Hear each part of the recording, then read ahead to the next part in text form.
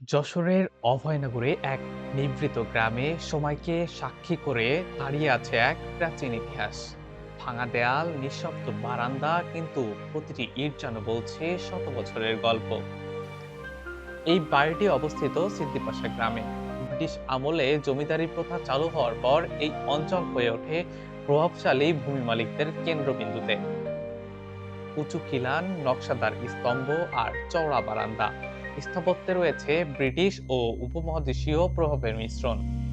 একসময় এখানে বসতো দরবার, নির্ধারিত হতো খাজনা আর আয়োজিত হতো নানান সামাজিক অনুষ্ঠান। দেশভাগের পর জমিদার পরিবার এখানকার এলাকা ত্যাগ করে। তখন ধীরে ধীরে এই স্থাপনাটি হয়ে পড়ে অরক্ষিত। আজও স্থানীয়রা স্মরণ করেন সেই সব গৌরবময় দিনগুলোর কথা।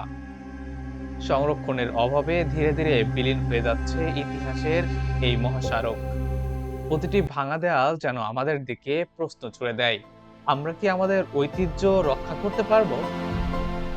ঐতিহ্য শুধু অতীত নয়, এটি আমাদের পরিচয়। সিদ্দিপাশা জমিদার বাড়ি, সময় যার সাক্ষী।